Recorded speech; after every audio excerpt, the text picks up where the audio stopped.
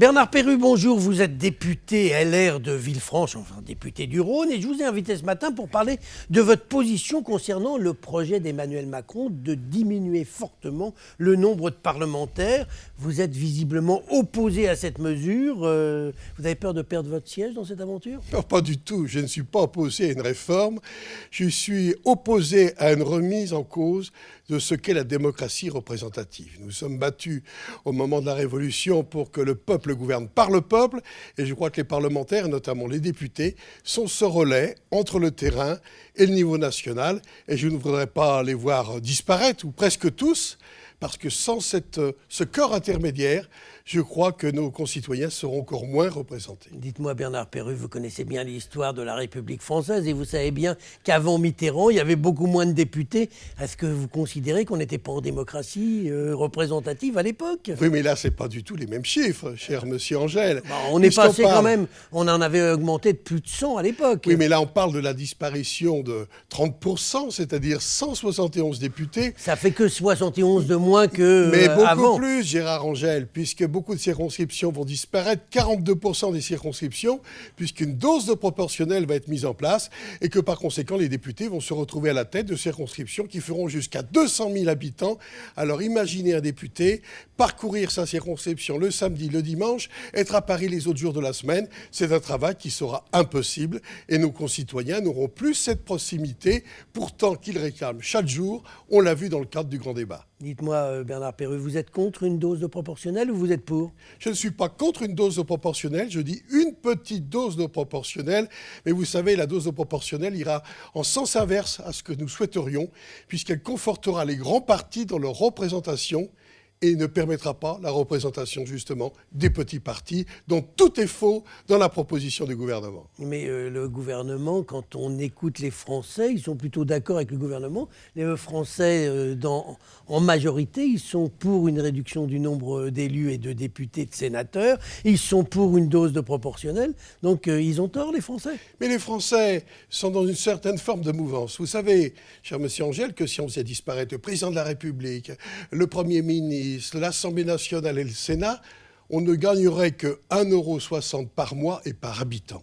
C'est le coût de la démocratie. Et je crois qu'il faut arrêter de taper sur les élus, de taper sur les députés qui font bien leur travail 7 jours sur 7. C'est quelque chose que je n'admets pas parce que les députés sont des gens qui sont respectables, qui font leur boulot, qui se battent jour et nuit. Et par conséquent, arrêtons. C'est lorsqu'il n'y en aura plus que l'on dira où est la démocratie, où est la proximité, où est ce regard porté sur le terrain et sur la vie de chacun des habitants. Et vous pensez quoi, parce que vous n'êtes pas contre toute réforme, toute évolution, vous pensez quoi de l'éventuelle suppression du Conseil économique et social ? Le Conseil économique et social, aujourd'hui, a une mission de réflexion des sages. Mais nous avons aussi le Sénat, cette grande chambre des sages, essentielle, dont je ne veux pas voir la disparition, parce qu'elle est la représentation des maires, des collectivités territoriales. Pour autant, il faut que le Conseil économique et social, environnemental au niveau national évolue. On doit effectivement avoir une réforme des institutions. J'y suis favorable. Mais pas n'importe quel prix, pas n'importe comment. On reparle aussi ces derniers jours de l'apparition des conseillers territoriaux qui permettraient d'avoir un conseiller à la fois général et territorial.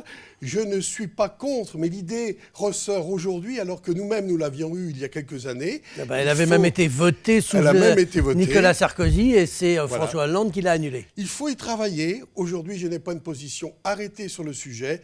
J'ai vu que les présidents de région, les présidents de département, bien sûr, ils sont opposés, mais il faut avoir aussi le courage de poser le sujet sur la table. Dites-moi, avant le drame de Notre-Dame de Paris, vous avez proposé une loi qui viendrait à soutenir la générosité des Français.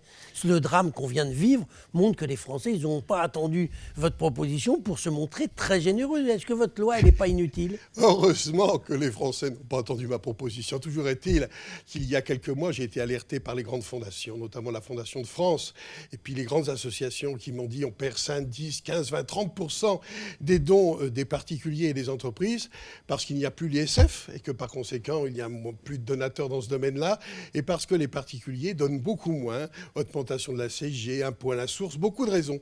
Alors il y a quelques semaines, j'ai déposé une proposition de loi en lien avec ces fondations, ces associations, pour porter effectivement la déduction de 66 à 75%, qui est un chiffre raisonnable, qui a d'ailleurs été repris par le ministre de la Culture et le Premier ministre hier. Par ailleurs, je propose aussi, puisqu'il n'y a plus d'ISF, qu'aujourd'hui, eh bien, cette taxation sur la fortune immobilière, eh bien, on puisse augmenter le seuil, justement, de la déductibilité des dons. Et puis, enfin, aussi des mesures nouvelles pour les entreprises. Il faut renforcer le mécénat. Et là, cet événement est arrivé. Et je me suis dit, finalement, dommage que la mesure ne soit pas prise. Mais j'ai vu que le gouvernement, justement, l'annonçait hier. Alors, peut-être, M. Angèle, étais-je dans le bon sens ? Avant de nous quitter, Bernard Péry, juste un petit mot. Vous avez été longtemps maire de Villefranche. Aujourd'hui, c'est Thomas Ravier qui est à la tête de cette ville. Quel regard vous portez sur son action ? Non seulement un bon regard, puisque c'est une succession qui ne s'est pas faite par l'élection. C'est moi-même qui ai souhaité que Thomas Ravier, qui était l'un des plus jeunes élus de ce conseil municipal... Elle s'est faite quand même par l'élection des conseillers municipaux. Bien sûr, pas sur les conseillers municipaux, sur la proposition que j'avais pu faire et un accord qui avait pu être trouvé. C'est bien sûr un très bon maire qui est dans la lignée de ce que nous avons fait. Il poursuit le mandat, parce qu'effectivement, un mandat, c'est sur la durée.